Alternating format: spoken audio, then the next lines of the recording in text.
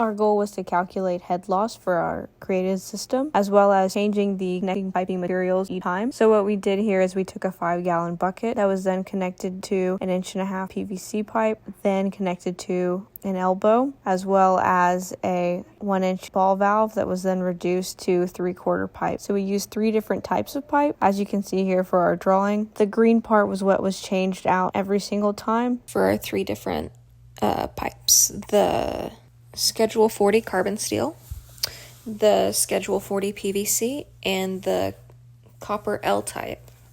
All of them were 3/4 inch pipes that were 36 inches long. For the sake of time, we are just going to go over the calculations for the carbon steel pipe. And then this process was repeated for the PVC pipe as well as the copper pipe. So we defined that as the head of friction equals the F of the 1.5 inch multiplied by the length of the 1.5 inch pipe and the inner diameter of the 1.5 inch pipe multiplied by the velocity of the 1.5 inch pipe squared divided by 2 times gravity. From there, we were able to create points for the 1-inch diameter pipe and the 3/4 inch pipe. For the steel pipe, the 1.5 inch and the 1 inch were both PVC, and the 3/4 inch was steel. So to calculate the velocity, we took the flow rate and divided that by the area.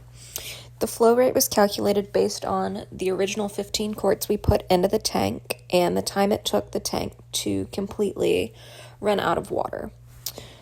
From there, we converted to meters per second, and we repeated that for 1 inch and 3/4 inch.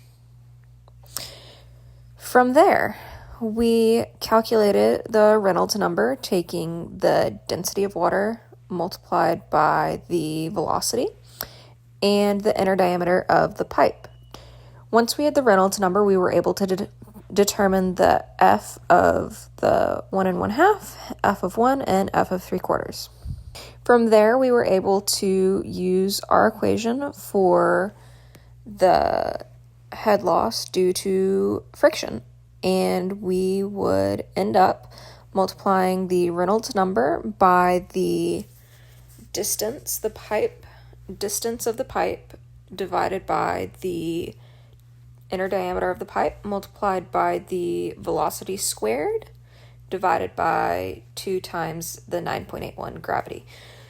And we would repeat that for the 1 inch and the 3/4 inch pipe. After that, we got the head loss due to friction as 0.025 meters for the steel system.